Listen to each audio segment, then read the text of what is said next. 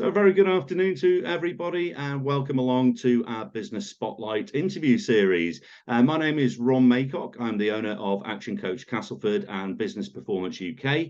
And I'm delighted this afternoon on a sunny day to be joined by Steve Halewood. Very good afternoon to you, Steve. Good afternoon, Ron. Nice to see you. And to you.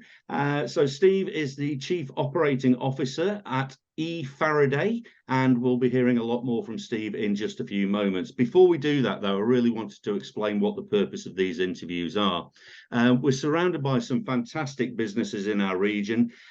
Each of them are on their own journeys and they've each got their own stories to tell. So these interviews really are a chance to share their achievements, showcase what they're actually doing, and maximize their exposure, all in the name of abundance. And it's not just for the benefit of businesses across Yorkshire. This is across the whole of the UK and increasingly internationally as well. So we are doing a global footprint on some of these as well. So it really is about increasing awareness of what's going on. So without further ado, we're going to hand straight over to Steve. Steve, do you want to tell me a little bit more about EFaraday? Yeah, sure. So EFaraday is a leading provider of EV infrastructure, so EV charge point infrastructure within the UK. The idea of EV infrastructure has widened over the years. So what we provide is what we call an end-to-end solution in the UK. So we're able to do the consultation, design, installation, the management of servicing, maintenance, develop the back office management software with you to make it very unique in your own right, all the way through to monitoring these devices 24/7, 365 days a year across a wide portfolio of sites or vehicles, whichever really suit. So we're one of very few companies that's able to do that end-to-end provision without having to use third-party or subcontract elements. Okay, excellent. You said it's infrastructure orientated. So what do you mean by that? Are we talking, are you doing anything domestic, or is this all bigger infrastructure, or is it just a terminology within the industry for providing the charges? I think it's mostly to do with terminology. I mean, the bigger picture of EV charging is the lack of knowledge in the public space. What exactly is it? How does it work? What does it offer? The different types of devices, many different things. Well, so the infrastructure really lays between where the journey of EV charging has come from and is going to. 5 years ago, it was very much about having an overly priced plug socket screwed to a wall that charged a vehicle up, which was very new technology. For the tech heads, it was wonderful. For the people that had the animosity towards it, it was a negative. So infrastructure is about everything. It's about what you're going to use the device for, other than charging your vehicle, because what you've got to look at is how much energy you use, the costs involved in the usage, the timing of the charging. In commercial elements, it's about fleet management. It's about understanding how much it is costing over a petrol alternative. So an overall direction. Included within that is obviously infrastructure in terms of the cabling, the supplies coming into buildings. Do you have the capacity to deal with it? So having that technical understanding from inception to delivery and then beyond is really quite essential to helping customers with that knowledge. Yeah, and in terms of I suppose your ideal or the market split, what are your ideal customers? Are you actually dealing with the main charging centers as well as sort of smaller solutions, or is it really, I don't know, are you not doing household? Are you doing household stuff, or is it just the bigger kind of projects? I think it's the evolution of a business, isn't it? You start at one point and you end at another. When we first started off, and I think this is generally across the board, everybody's expectations from this industry when they jumped on that initial road was that every house needed a charge point. Mm-hmm. I think what's become abundantly clear is, like many things from a domestic element, the domestics always carry a risk in terms of technology, for people's different levels of understanding, the implications and the problems it can cause. For us as a business, that's where we started, very much heavily in the domestic marketplace. We did hundreds and hundreds and hundreds of installs when it first started off. But what we found was that our skill set and expertise was widely suited to the commercial market. And the key reason for that, Ron, is that with businesses now, if you're an employee or even with a car or without a car supplied by your employer, by the time we get to the 2035 mark, everybody is going to need these devices. So having that within your job is going to be a very essential part of your day-to-day duty. So we're finding the most success comes from businesses where they are having to provide it for their employees. Mm-hmm. So we will do the commercial site. We will do very big chargers all the way up to 300 kilowatt, which are the DC things you see at the likes of service stations and charge centers. And we'll do all the way down to small chargers for home. And we integrate them together using software platforms, management platforms, to give everybody a clarity in understanding of what their product does for them, but what it also can do for them and how many headaches it can solve. It's interesting, isn't it, that when you compare it to the dynamics of the carbon fuel market, so petrol and the diesel market, if you were to turn around and say, yeah, your most efficient solution is to actually have your own petrol station at home, people would just look at you and go, you really are quite crazy. So the assumption that we should be able to do this from home, as a quick top up, in the same way you can get a jerry can and you can top up your petrol tank if you run out or if you're that sure. But realistically, I'm seeing much more of a shift, if I'm right, to off-site centres and centralised places where you can access the bigger voltage, you can access the faster charges, and people are just going to see this as normal. Whether, I guess, there's integrations within to charging as you drive rather than when you stopped, time will tell, but I know people are sort of looking at that market. But what's sort of driving it? Obviously we've got this the net carbon and various different things coming in 2030 and whether they extend it or not, and the biggest barrier to that, I guess, has always been infrastructure. So what's the main drive at the moment? Are people getting ahead of the game and asking you for a solution, or are you having to push the market still and say, hey, look, we're here, don't leave this till it's too late? I think it's a very mixed response. You see a lot of negative elements in social media of people like Rowan Atkinson and other significant members of the celebrity sector, causing not necessarily bad press, but a misunderstood press, because I think everybody's journey is very individual. You've got to look at it in two aspects. To achieve where we need to achieve by the mark of 2035, let alone 2030, the infrastructure that needs to be placed in is not even close to being accomplished.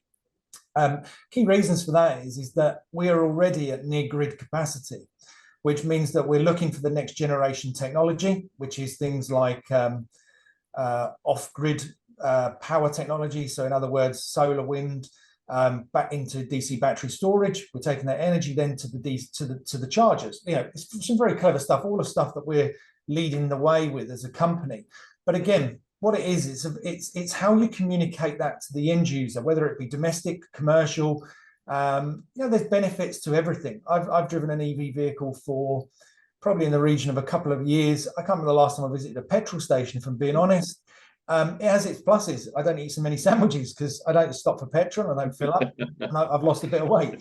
But I think in the general terms of it, we do have to adopt it. And you're rightly said, Ron, there a minute ago, in terms that we have a bank of chargers outside my window, literally just here. And when people come to work with their cars, they can plug in and they effectively fill up with petrol.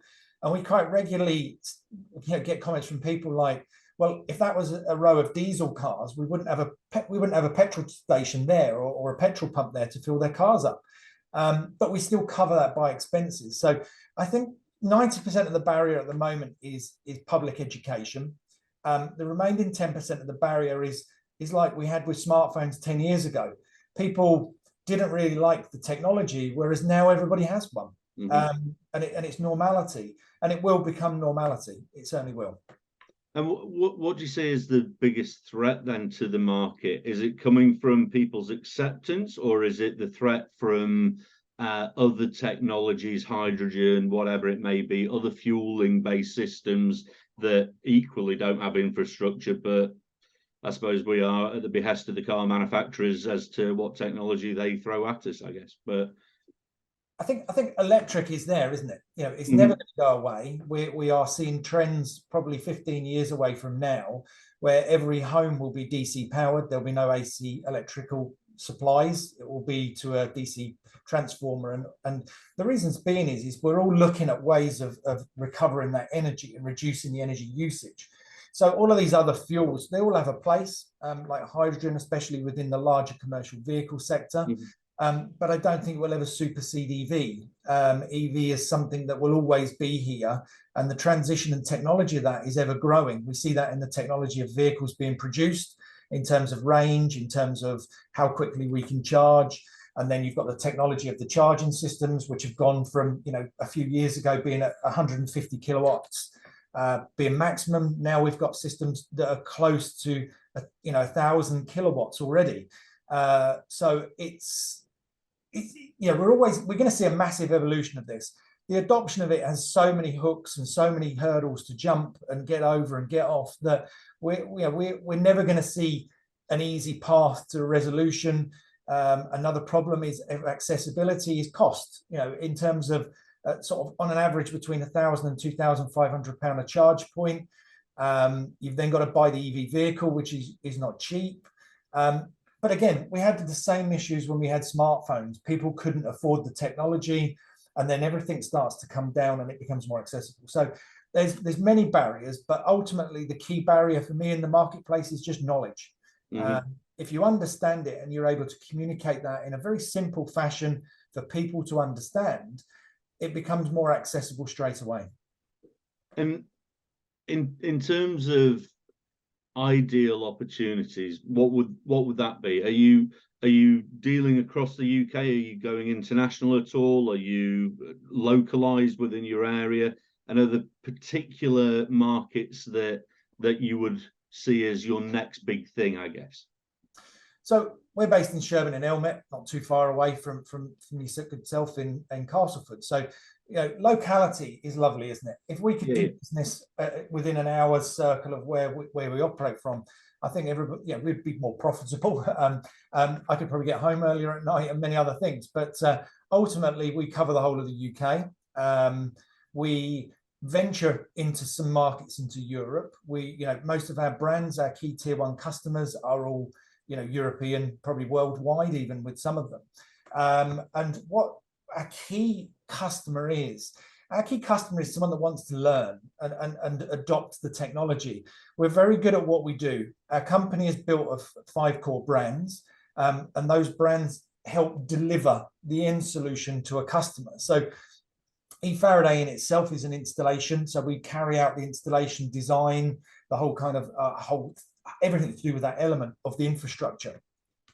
We then have our iEquos platform. So our iEquos platform is our software back office, payment processing, monetization. So this is there to help people manage. We can do things like queuing systems. We can do things like monetization, where you want public accessible charge points that not necessarily like you see on the motorway, but where people can charge up. You can cover your electrical costs and make a little bit extra on top to pay for the infrastructure you're putting in. So we have that ability to do it. We have a dedicated brand for one of the problematic areas in our industry, which is servicing and maintenance. Because it is an unregulated thing at the moment, even from an electrical point of view, there is no real kind of key regulations we have to follow other than standard electrical requirements. What we're finding is the upkeep of the infrastructure is very poor. So our InCharge brand covers that. We maintain our own chargers. We maintain other people's chargers. We will fix people that have got problems, that don't have agreements in place. And then we have our 4th brand, which is our EVMS, which is EV monitoring services. This is a real live 24/7, 365 days a year monitored process where you can pick up the phone and speak to someone with confidence if you've got a problem. And where you talked about new technology, we are now, our 5th brand is we're developing at the moment, which is purely dedicated to off-grid power regeneration. So, we're not a solar PV company, but what we're able to do is use the resources we've got to take that energy and reduce whether it be commercial or domestics, but we're looking at ways that we can reduce energy bills from people by using supplies that don't come from a metered process. Mm-hmm. It's interesting that it's very similar, I guess, in they have the weather to do this, but you know, with Tesla's thing of having lots of PV cells on a roof and actually making entire roofs out of PV cells, and I know there was a few technicalities with sticking that many things together that closely that the bus bars couldn't actually cope with it, so they just burst into flames. So you know, a few little nuances to iron out, I guess, but it's interesting that seems to be the other way of going, that more EVs, more electrical consumption, it's still got to come from somewhere, and until the global infrastructure can allow for that to be from renewables, we've got to look at ways of renewing it ourselves or getting access to that energy, even if it's off grid, and I think that could be a really significant area. So as you said at the start, and then just pertain to there with the 5 different offerings and the 5 different brands, is that your main unique offering? Is that your differentiator, that you have this whole of market entire life cycle kind of approach? Is anyone else doing that, or do you have other unique aspects as well, I guess? So as our core business offering, that's what makes us very different. Presently in the UK, we're the only EV infrastructure supplier that can deal end-to-end in-house, which basically means that we don't create a brand and use a third party to supply it. It is all provided for in-house as part of our group. Where we really benefit over everybody else is because the way the EV market works is there's lots of installers, there's lots of software companies, and everything else kind of is an in-between. So generally, the installers that control what goes on have to license a software product to manage it. They pay a monthly fee for that, and it can be quite costly to achieve it. Plus, they don't have control over it. So dealing with customers' problems is a very disjointed and uncontinuous process. We own our own software. We've spent, upwards of 7 figures developing the platform as where we are to date. And that enables us to tailor ourselves to every client. So not only can we keep customer centricity as the key element of what we want to achieve, ultimately we can provide a solution which nobody else can. So for instance, I'll give you an example. We do a lot of hotel and leisure work, and we've developed booking systems, which some other softwares have.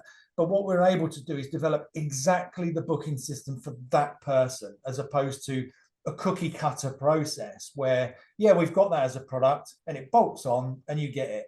With us, we will sit there and our software engineers will design it. We'll get it right for you every time, which is in the industry is quite a unique, quite unique. It's a very unique approach that nobody else competing to us has. And our SLAs on top of it probably make us, certainly across Europe, make us the most competitive across Europe in terms of how we maintain our installations and our customers' infrastructure, which, by far is a strength that most businesses would want to have. So you've got a fantastic differentiator as a business model. You've got a certain amount of traction into the market. Is your biggest challenge then getting the word out there, I guess? Is it marketing the business and raising that awareness is the biggest challenge at the moment that you're facing? Yeah, I think so. I mean, it's like any business. Marketing and sales are what makes any business work. And over our sort of transition of 5 years, we've been on a very long journey. We've made some mistakes, as any business does, and we've altered our processes to do so. Business is like anything else. It's about implementation, measuring and adjusting to make sure that you get to where you want to get. Our biggest barrier, like any business, is getting the sale, I think, in front of the customer. If we could wave a magic wand and a £100 million investment, we'd have a great big sales team who would be highly skilled, and they would be out there selling this day in, day out. We're still a relatively small company in a very big pond. We, for a small company, are making some very big waves, and we are being noticed by many customers, tier 1 type customers. leading councils, leading OEMs and people like that are standing up and going, actually, we can see the benefit of doing this. And it's elevating us onto the next platform. So, yeah, we have a great marketing team here. We do a lot of joint venture and co-branding with suppliers, customers. So we use both theirs and our platforms to get our name out of there. So, we have a very structured and direct route to where we want to get to. But like everybody else, we're learning every day, and that's part of the business journey. Yeah, and as you said before, the biggest challenge is education. Educating people on the urgency behind this and the fact that this solution actually will meet not just their needs today but their future needs as well. That softens the blow of whatever financial outlay or investment that they need to do in the short term. Without that education, then you're always going to hit those barriers, aren't you, at the end of the day, where people just go, we've got other priorities to spend our money on, and we can put this off, but not for too much longer, I'm guessing. So it's exciting times. The market is changing, I'm guessing, at an alarming rate at the moment, that things are progressing. You're getting outside influences, things outside of your control that are driving global economics and all of this kind of thing that's actually going to have a knock-on effect to your industry. What's in the plans as the next step for EFaraday then? Where do you see it going? So for us now, it's expansion. We've grown very steadily. As I say, we've had our pitfalls over the last 5 years. The last 3 years has been our most predominant. We're now growing at a very good rate. As I say, our visibility with tier one type customers has grown. We're becoming very popular with manufacturers, so we're getting a lot of support. Now it's about team growth, and what we've done over that is we've just expanded our BDM team. We've increased our marketing activity. Our organic growth on the internet is great. On Google at the moment for certain key searches, we're on page 1 of the rankings, which we've made a massive investment to achieve. Mm-hmm. And what the next stage for us is to build scalability, so that we can respond to customers, we can keep the centricity there. And whilst we do that, we have the ability to grow all our other areas of our business, from operations to finance to admin, and scale that as we grow. As any business, if you get scalability correct, you get growth. It's when you struggle with scalability and you respond to an influx of sales, you can't deal with it. You deal with it, you lose your sales, and it's kind of like that mm-hmm. forever balance, isn't it? So scalability is absolutely key in the growth of a business. It's all the things that where growth just exposes the cracks below the surface. So as long as you've got rid of those cracks and you've not just papered over them, then growth and the foundations for growth are actually there. And it's the right way of doing it. And as you say, you can grow too quickly, especially in something driven by as much demand as global politics and this, that, and the other, where they suddenly go, right, that's it, we're bringing everything forward by 5 years. Before you know it, everyone's knocking on your door, and you can't cope. As you say, it's got to be organic and then phased scalability to actually go in big sort of steps forward. So it's clearly exciting times. It's bringing us towards the end of the market, and it's one of these, in a positive way, we could open a can of worms on this and we could go on for forever, because it's such a big topic, and something of so much interest to so many different people and businesses out there. But is there any areas as we're approaching the end that we've not covered that you'd like to highlight, or anything that you'd like to add? Not particularly. As I say, I think what my only advice to potential customers is to not rule out the option of EV based on what you hear. There are many benefits to it, and not just from a climate perspective. But one thing to just be wary of is that certainly if we've got sort of commercial clients potentially looking at this discussion, the government grant situation is something that is very fluctuating. We tend to run it on an annually basis. However, the criteria and determination between that just changes so much. So presently there are some good grants out there for the workplace. The domestic at the moment has fell by the wayside unless you're a rentee and things like that. So, take advantage while there's funding there, because it is quite a significant saving in terms of the infrastructure you're going to be placing in.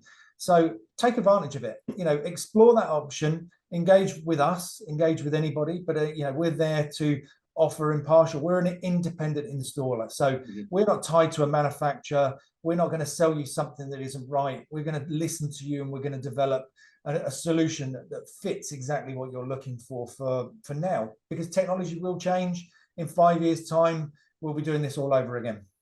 And just to add to that, and this is from people that I know that I speak to on a regular basis, as well as there being certain grants and certain funding available, there is commercial finance available for the infrastructure that you can borrow against, and you can just, there are plenty of people more than happy to do a more traditional asset-based finance where you can install this and then start reaping the benefits as you sort of go through your paces and increase usage of it. So it's not just dependent on the government, but there is a big appetite in the lending markets to support these kind of initiatives as well. So, it's a win-win. Now's the time to do it if you're going to do it, because you're getting a double whammy of some finance that you got to pay back and some that you perhaps don't because it's a straight grant.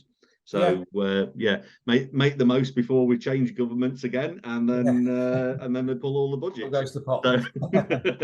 So one of those things. So excellent. Well, on that happy note, and definitely not unloading that can of worms and going into the politics bit and everything like that. So it does bring us to the end of today's interview. Would really like to thank Steve for sharing. It's a fantastic journey that you're on, and long may it continue.